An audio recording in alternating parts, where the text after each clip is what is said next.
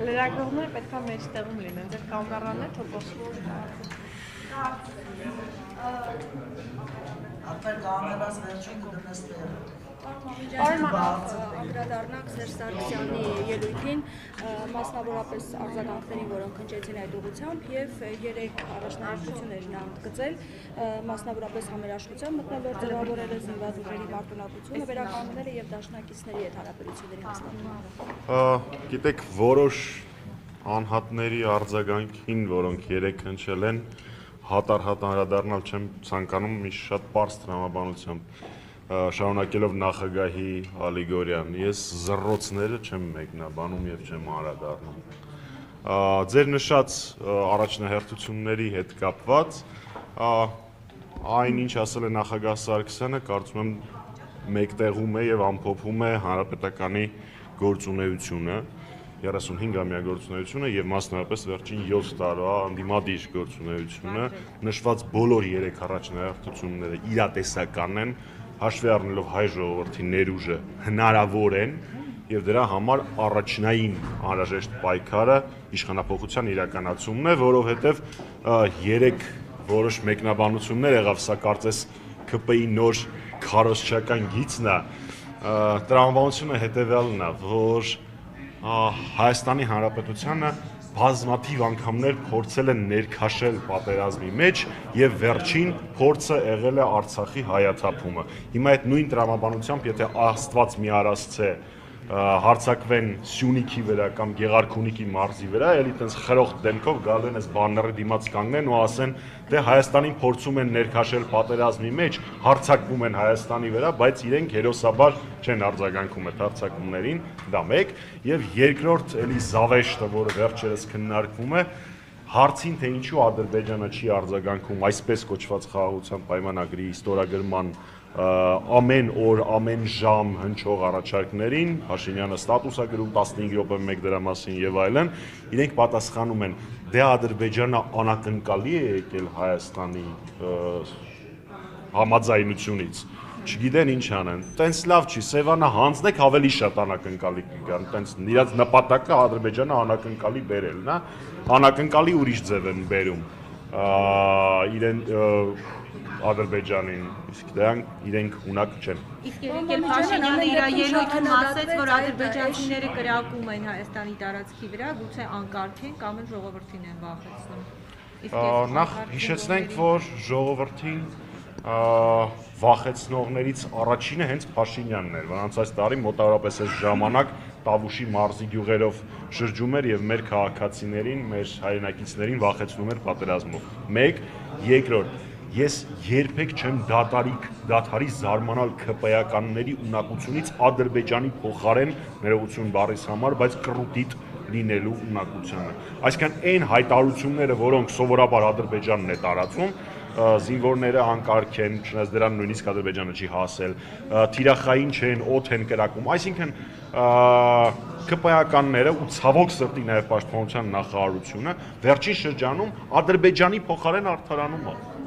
Այսինքն ես սրա ինչը մեկնաբանեմ, այն եթե ամեն պատասխանը, որը սովորաբար Ադրբեջանի հերյուրանքներին էի տալիս, դժվար իրանց դուր կա, բայց իրանք ավելին են արժանի։ Ձեր հարցը շատ։ Ամեն դեպքում, որ նշել է Սերժ Սարգսյանը, որ ձեր էշին, ձեր վրանը կապեք եւ այլն, որի ճակատը դուք պաչեցիք եւ այլն։ Արդյոք ընդդիմության համերաշխության մթնոլորտը կհաստատվի եւ ում է վերաբերում դա։ Ես ուզում եմ հասկանալ, ինչ խնդիր կա նախագահի այդ հայտարարության, որովհետև եթե ընդդիմության մեջ կան մարդիկ, որոնք որոշել են այդ էշը բերել մեր կուսակցության դռանը կապել, չէ, դա չի հաջողվելու ու չէ, դե այդ մարդկանց հետ ինչ համերաշխություն անեն։ Մարդիկ, որոնք լկտիաբար ժամանակին դրան նպաստել են կամ դրան գովեստի են արժանացրել կամ ուրախացած են, դրանք տարբեր մարդիկ են, իմ նշածները տարբեր մարդիկ են,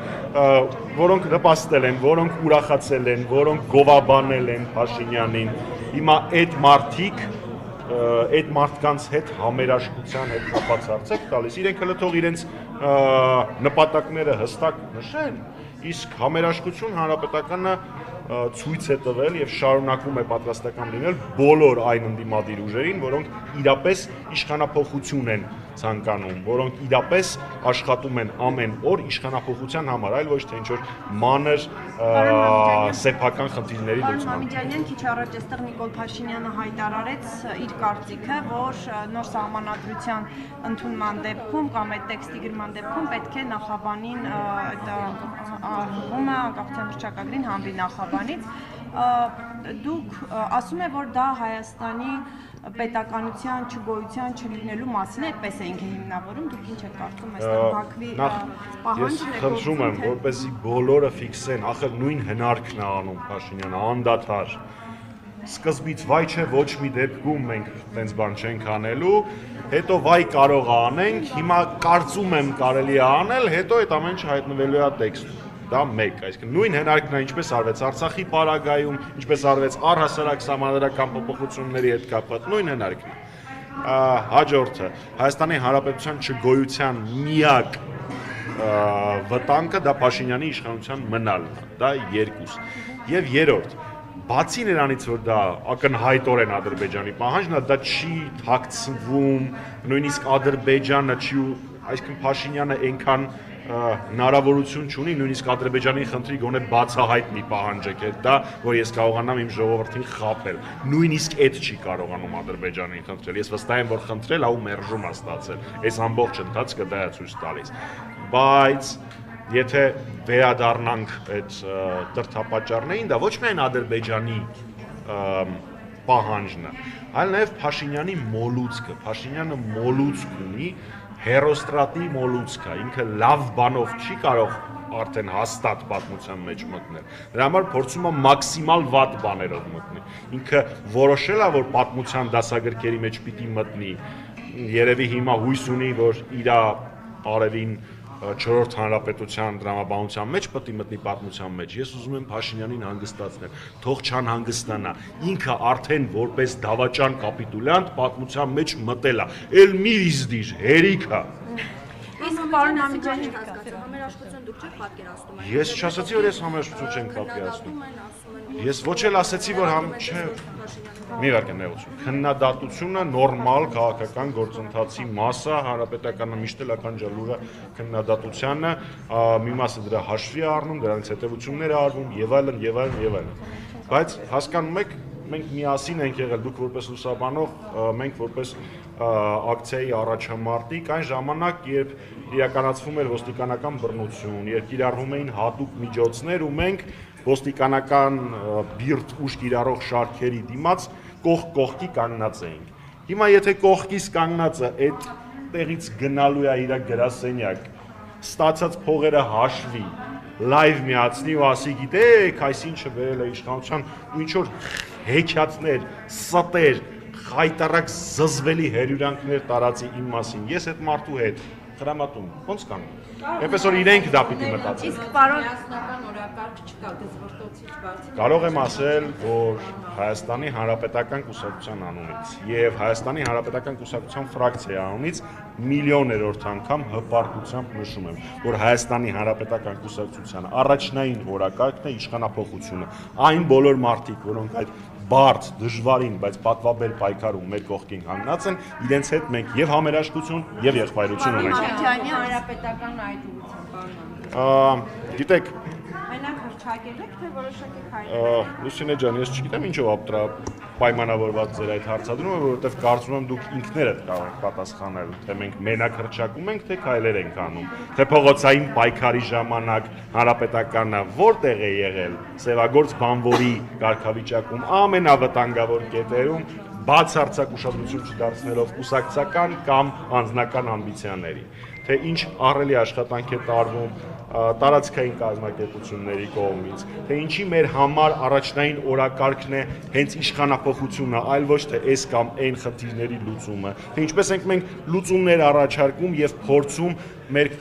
մեր գործընկերներին ապացուցել, որ կարծես թե impeachment-ի տարբերակը ամենահաջող գործիքակազմն է այդ տրամաբանություն իրականացնելու համար եւս մեկ անգամ ասում եմ, որ impeachment-ը առանց փողոցային պայքարի բացառապես ամենը բառ է։ Ներկա պահին այս պահին ընտրությունները թե որոշ Հայաստանի Հանրապետական կուսակցությունը համարել է եւ համարում է, որ Փաշինյանին իշխանությունից հեռացնելու բոլոր հնարավոր բոլոր իրատեսական միջոցները, որոնցից ամենաիրատեսականը մեր կարծիքով իմպիչմենտն է, անհրաժեշտ է օգտագործել 26 թվականի ընտրությունները Հայաստանի Հանրապետական Կուսակցության գերասենյակում այս պահին որևէ կերպ չենք քննարկում, մենք դրանով չենք ապրում, մեր նպատակը Փաշինյանի մոտ ընդդիմություն աշխատելը չի, մեր նպատակն է Փաշինյանին իշխանությունից հեռացնելը, որովհետև մենք մեր հայրենիքը ավելի շատ ենք սիրում, քան ցանկացած պաշտոն կամ ցանկացած կամ ես նման բան ասացի։ Պարոն Մամիջանյան, Հիմա ես մի հարցերի տանջում իրենք իմպիչմենտի հետ կապված համաձայնություն չկա իրեն։ Ներողություն։ Իմպիչմենտի հետ կապված տարաձայնություններ կան։ Ես ասացի, որ տարաձայնություններ կան։ Ես ասում եմ, որ մեր կուսակցության կարծիքով իմպիչմենտը ամենագործուն գործիքն է։ Այդ հարցը պիտի տաք Հայաստան Դաշինքին, ոչ թե ինձ։ Բայց ի՞նչ պատճառ։ Ես նման չեմ ասել, որ կա տարաձայնություն։ Ժողովուրդ, կլինի ես ուրիշների պատճառաբանություններից չխոսեմ։ Ես չեմ ասել, որ Հայաստան Դաշինքը նրան որևէ կերպ դիրքորոշում է հայտնել դեմ, ժամանակին դիմադրության պայքարի ժամանակ, երբ եւ Հայաստան Դաշինքի եւ Պատիոնյան խմբակցության պատգամավորներն էին հարթակում կանգնած Իշխան Սաղաթելյանը, եթե չեմ սխալվում, առաջին անգամ է հնչեցրել իմպիչմենտի գաղափարախոսությունը եւ տարբերակը։ 30-ից ավել ձայն ստանալը բարձր։ Կլինի ես Հայաստան Դաշինքի փոխարեն չպատասխանեմ։ Խնդիր չեք տեսնում։ Գիտեք, ես քանի որ մայիսի 4-ին ամենաակնառուն մայիսի 4-ին, երբ ազգային ժողովը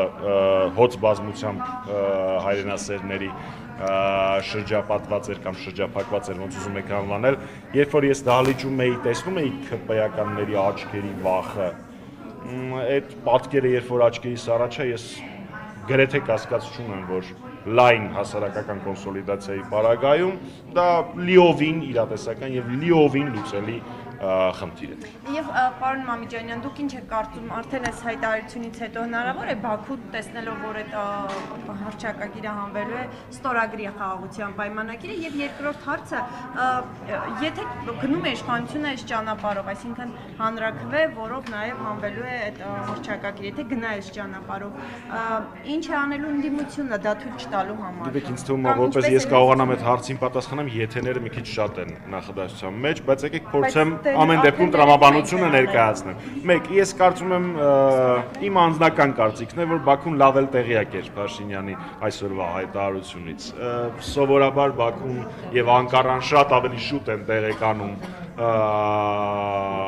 հայրենիքը ծախելու, դավաճանելու պլաններից, քան Հայաստանի Հանրապետության քաղաքացիները։ Ուստի դուք կասկածեմ, որ Բաքուն տեղյակ էր, իսկ գուցե,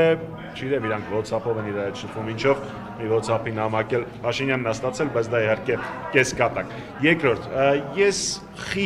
շատ խիստ կասկածում եմ, որ Փաշինյանենք ունակ են ապահովել հանրաքվեի համար անհրաժեշտ բավական մեծ թվով ձայների քանակը, դա բավական բարձր, բավական ավարտեմ, էլի, բավական բարձր, հեսա կասեմ, բավական բարձր ցենզ է այնտեղ 600,000-ից ավել քվե անհրաժեշտ, ես խորը կասկածներ ունեմ, էլի ոչ միայն սոցիոլոգիայի վրա հիմնվելով, որ Փաշինյանի վարկանիշը ամենացածրն է, պատմական մինիմումն է իր վարկանիշի, այլ նաև այն բարձ պատճառով, որ մինչև էս չեն արել։ Եթե իրանք վստահ լինեին, որ կարողանալու են դա անցկացնել, հաստատ հայրենասիրությունից դրդված որևէ գործողություն չէին անի, իրանք կդնեին այդ հարցը հանրաքվեի, ուստի կարծում եմ, շեմը ես, չէ, հարցը դրան չէր վերաբերվում, Լուսինեի հարցը վերաբերվում էր թույլ կտակ պատասխան։ Հարցը վերաբերում էր, Լուսինեի հարցը ենթադրում է, որ վերաբերում էր, որ նույն օրը համապետական ընտրություն եւ հանրաքվե իրականացնել հնարավոր չի։ Այդ նորմը, եթե ես ճիշտ եմ հիշում, հնարավոր է փոփոխել նաեւ ազգային ժողովում ու դրա մեծամասնությունը Փաշինյանենք ունեն։ Բացառում եմ ես դա, թե չէ։ Ոչ, իհարկե չեմ բացառում, որովհետև այն խրոխտությամբ, որոնք իրանք բերել են եւ փակցրել են Հայաստանի Հանրապետության քարտեզ ազգային ժողովում, նույն խրոխտությամբ ես վստահ եմ, որ իրանք ունակ են բերել Ադրբեջանի դրոշը։ Հանրաքվեն, որը դուք կասկածում եք, որ այլ դեպքում չի անցնի։ Բնականաբար դա իրենց կյանքը մի քիչ կհեշտացնի, թե իրենց կյանքը հեշտացնելու ճանապարհներից որ մեկով իրենք կգնան։ Ես հիմա չեմ կարող կանխատեսել, բայց եկեք մի բան էլ եթե թույլ տաք ասեմ, հա։ Շատ են ԿՊ-ականները փորձում ներկայացնել, այ մեր առաջարկած տարբերակը սա է, բա այլընտրանքը որն է։ Այս ձևակերպումը տեղին էր կես տարի, մի տարի առաջ, երբ որ իրենք ներկայացրեցին իրենց տարբերակը, ընդդիմությունը այն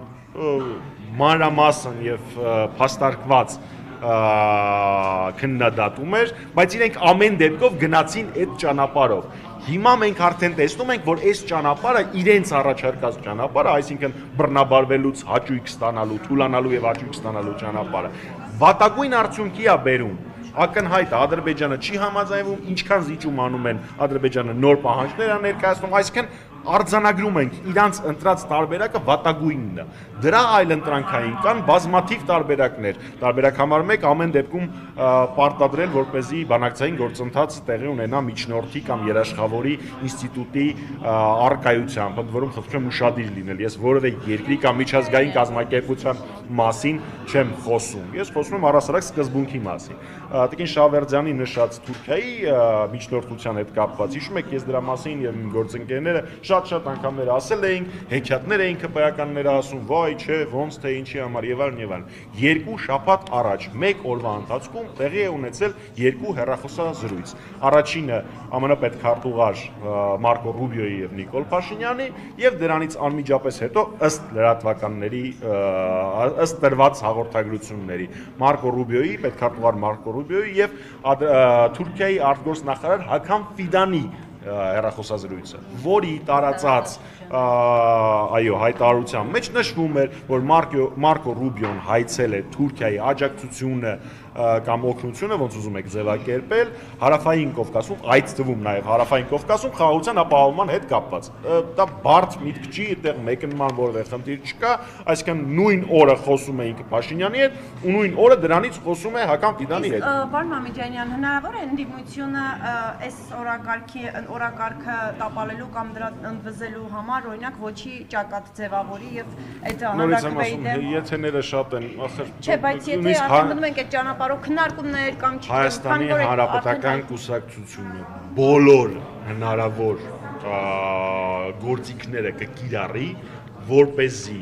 Փաշինյանին չհաջողվի վերջակետ դնել երրորդ հանրապետության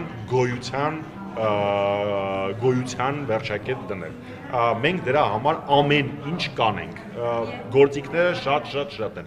մենք դրանով զբաղվում ենք նաև հիմա։ Գիտեք, Տիկին Շավերդյան, ես իհարկե հասկանում եմ, որ այդ վերնագիրը շատ ավելի հնչեղ կլինի, բայց դա վիճակ է դա, բայց դա ճիշտ հասցեագրված նախադասություն չի, կարծում եմ հանրապետականին